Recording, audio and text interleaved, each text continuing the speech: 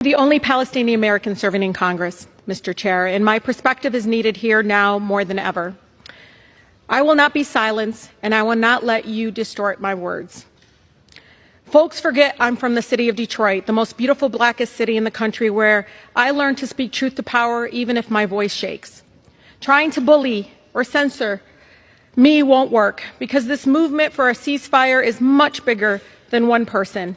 It's growing every single day. There are millions of people across our country who oppose Netanyahu's extremism and are done watching our government support collective punishment and the use of white phosphorus bombs that melt flesh to the bone. They are done watching our government, Mr. Chair, supporting cutting off food, water, electricity, and medical care to millions of people with nowhere to go. Like me, Mr. Chair, they don't believe the answer to war crimes is more war crimes. The refusal of Congress and the administration to acknowledge Palestinian lives is chipping away at my soul. Over 10,000 Palestinians have been killed. Majority were children. But let me be clear. My criticism has always been of the Israeli government and Netanyahu's actions. It is important to separate people and governments, Mr. Chair. No government is beyond criticism. The idea that criticizing the government of Israel is anti-Semitic sets a very dangerous precedent, and it's being used to silence diverse voices speaking up for human rights across our nation. Do you realize what it's like, Mr. Chair, for the people outside the chamber right now, listening in agony to their own government dehumanizing them?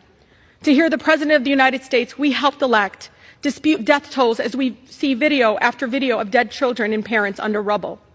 Mr. Chair, do you know what it's like to fear rising hate crimes, to know how Islamophobia and anti-Semitism makes us all less safe, and worry that your own child might suffer the horrors that 6-year-old Wadia did in Illinois?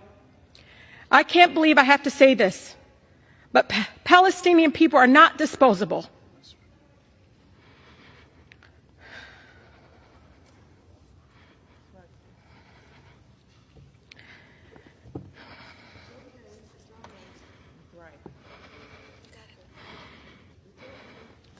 We are human beings, just like anyone else. My city, my grandmother, like all Palestinians, just wants to live her life with freedom and human dignity we all deserve. Speaking up to save lives, Mr. Chair, no matter faith, no matter ethnicity, should not be controversial in this chamber. The cries of the Palestinian and Israeli children sound no different to me. What I don't understand is why the cries of Palestinians sound different to you all. We cannot lose our shared humanity, Mr. Chair.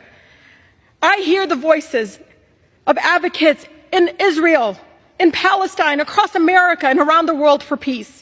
I am inspired by the courageous survivors in Israel who have lost loved ones, yet are calling for a ceasefire and the end to violence.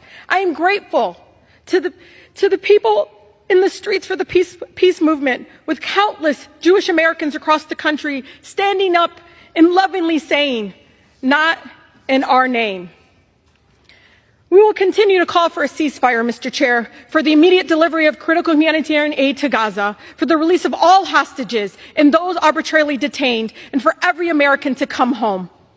We will continue to work for a real lasting peace that upholds human rights and dignity of all people, and centers in peaceful coexistence between Israelis and Palestinians, and censures no one, and ensures that no person, no child has to suffer or live in fear of violence.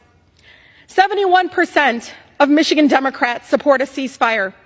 So you can try to censor me, but you can't silence their voices.